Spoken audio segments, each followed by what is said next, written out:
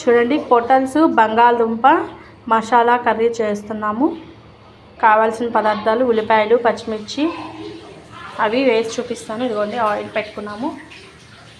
Oil heat అయింది. పోపు దినుసులు వేసుకుందాం అత్తయ్య.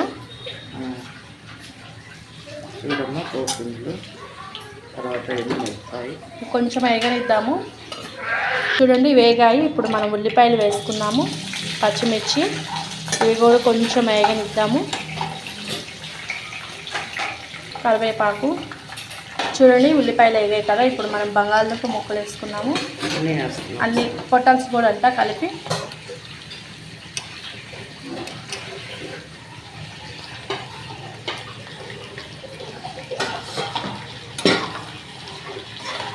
చూడండి మగ్గుతుంది కదా.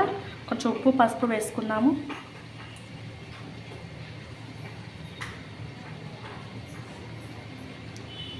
కొంచెం పసుపు, తగినంత ఉప్పు కొంచెం కలుపుకొని మూత పెట్టుకున్నాం అదే పెట్టుకున్నాం. సరే మగ్గిందమ్మా. మనం కారం మసాలా కూడా వేసి మూత పెట్టుకుంటాం.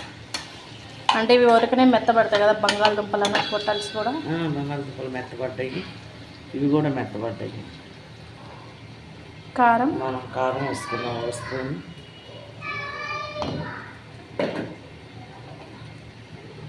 ధనియాల పౌడర్ కొంచెం వేసుకుంటున్నాం మేము.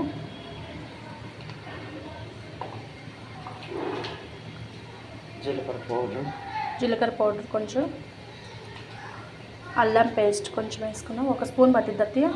1 స్పూన్ లేకపోతే కొంచెం మనం తగినంత, మనం తినే టేస్ట్ని బట్టి.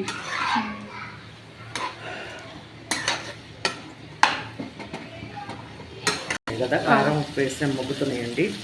ఇది పచ్చి మసాలా కూడా వేసుకుంటున్నాను గ్రేవీ కోసం. ఇది ఉల్లిపాయ, కొబ్బరి, నువ్వులు వేసుకున్నామండి. సరిపోయినంత వేసుకున్నాం. మన గ్రేవీ ఎంత కావాలో అంత మసాలా సరిపోతుంది. కొంచెం వేయాలంటే సరిపోతుందా? అదే మనం చూసి కలబెట్టుకొని గ్రేవీ లాగా గుజ్జు గుజ్జుగా మన గ్రేవీ ఇంకొంచెం వేసుకున్నాం. కలగిస్తుంది. కొంచెం కలుపుకుందాము. చూడండి సరిపోతుంది గ్రేవీ అయితే. చూడండి మగ్గింది కదా.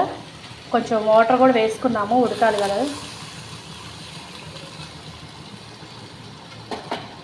ఇంకొంచెం పడతాయి కదా అది. కొంచెం పడుతుంది, ఎక్కువ అవసరం లేదు. మరి నీళ్ళు అయిపోతాయి. మనం గ్రేవీలాగా కావాలంటే మనం గుత్తగానే వండుకోవాలి. సరిపోతుంది. ఇప్పుడు వాటర్ ముక్కలు ఉడికేసరికి మూత పెట్టుకుందామా? మూత పెట్టుకుందామండి.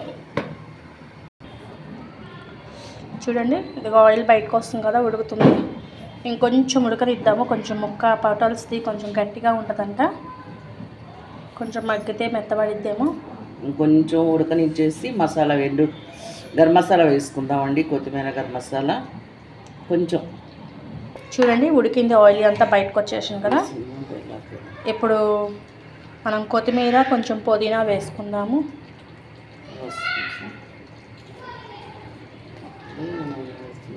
కొంచెం గరం మసాలా వేసుకుందామండి, 1 చిటికెడు, జస్ట్ స్మెల్ కోసం. సరిపోతుంది. చూడండి చాలా బాగుంటుంది టేస్టీగా. ఇలా రోటీలో అత్తుకొని తిన్నా ఇంకా ఎలా ఉంటుంది అత్తయ్య అంటే ఎక్కువ మా అత్తయ్య వాళ్ళు బాగా వండుకుంటారు. అన్నంలోకి, ఫ్రైడ్ రైస్లోకి, అన్నిట్లోకి. ఇది ఫ్రైడ్ రైస్లో కూడా చేసుకోవచ్చు ఇలాగా. ఫ్రైడ్ రైస్లో బాగుంటుంది, చపాతీకి బాగుంటుంది, పుల్కాకి బాగుంటుంది. ఇంకా మనం దోశలో కూడా తినచ్చు, బాగుంటుంది. నచ్చితే లైక్ చేయండి, షేర్ చేయండి, సబ్స్క్రైబ్ చేయండి ఫ్రెండ్స్.